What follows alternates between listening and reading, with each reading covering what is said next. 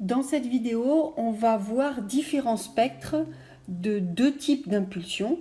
On va commencer par l'impulsion la plus simple, c'est l'impulsion qui est centrée sur 0.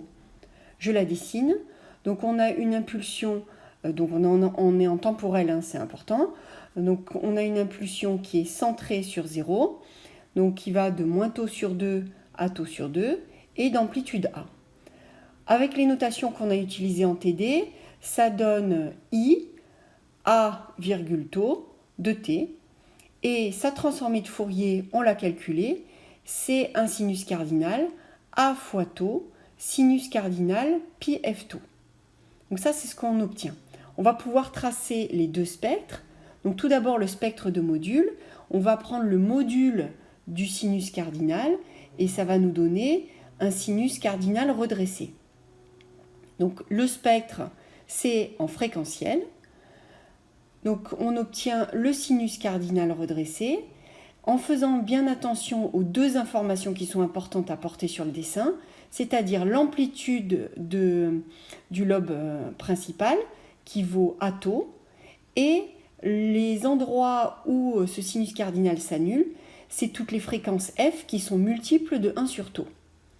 Dans un second temps, on va pouvoir tracer le spectre d'argument. Donc ce spectre d'argument va dépendre, en fait, comme A tau, sinus cardinal, pi f tau, ce sont que des réels. Le spectre, ça va être des spectres de réels. Donc un spectre de réels, c'est soit 0 si le réel est positif, soit pi ou moins pi si le réel est négatif. Donc dans les parties où le sinus cardinal est positif, donc les parties en vert ici, on a un argument qui vaut 0. Et dans les parties que je vais dessiner ensuite en jaune, on a le sinus cardinal normalement qui est négatif. Et donc, on va avoir un argument qui va être pi ou moins pi. Alors, comment on choisit ? On veut que le spectre d'argument soit impair. Donc, on prend pi côté positif et moins pi côté négatif. Et donc, on obtient le spectre d'argument de cette impulsion centrée. Deuxième type d'impulsion qui est un petit peu moins simple, c'est l'impulsion, cette fois-ci, qui n'est pas centrée sur 0. Donc, quand on la dessine, donc là on revient en temporel, on a une impulsion qui fait tau de large, entre 0 et tau, et toujours A d'amplitude. Donc dans la notation qu'on a utilisée en TD, ça nous donne I indice A tau, mais de t moins, en fait l'impulsion tout à l'heure a été retardée, et on voit que le centre ici c'est tau sur 2, donc I A tau de t moins tau sur 2. Ce qui donne en transformée de Fourier, comme il y a un retard, j'ai la transformée normale, A tau sinus cardinal pi f tau, mais j'ai aussi une exponentielle, moins 2j pi f fois le retard, c'est-à-dire tau sur 2 qui apparaît. Ce qui fait qu'au niveau spectre, je vais obtenir donc en fréquentiel le spectre de module, mais comme le module de l'exponentielle complexe qui est apparu, le module d'une exponentielle complexe c'est 1, donc ça veut dire qu'en fait au niveau du module ça change absolument rien. On a le même spectre de module que tout à l'heure, on a un sinus cardinal redressé qui s'annule tous les 1 sur tau et dont l'amplitude du lobe principal vaut A fois tau.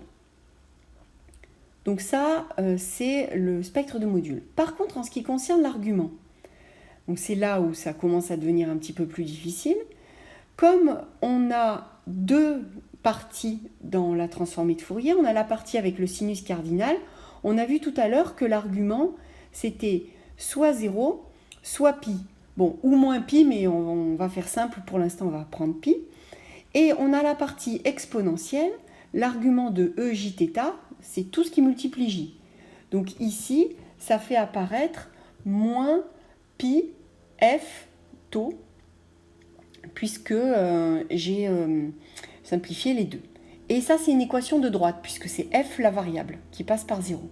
Donc quand on réunit ces deux arguments, on a soit 0 moins pi tau fois f, ou bien pi moins pi tau fois f. Donc on a deux types de droites. La première droite qui passe par 0 et la deuxième droite qui a pour ordonnée à l'origine pi. Donc si on trace ça sur les arguments, toujours donc en fréquence, on a la première droite qui passe par 0 qui correspond à l'argument du lobe principal. Et ensuite, on a deux autres morceaux de droite, donc, qui ont pour ordonnée à l'origine pi, donc pi moins pi tau fois f.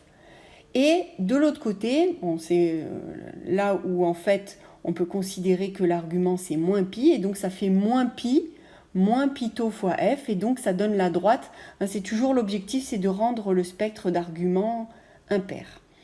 Et donc on obtient les deux droites qui sont décalées ici et qui permettent d'obtenir le spectre d'argument dans le cas où l'impulsion n'est plus centrée sur 0.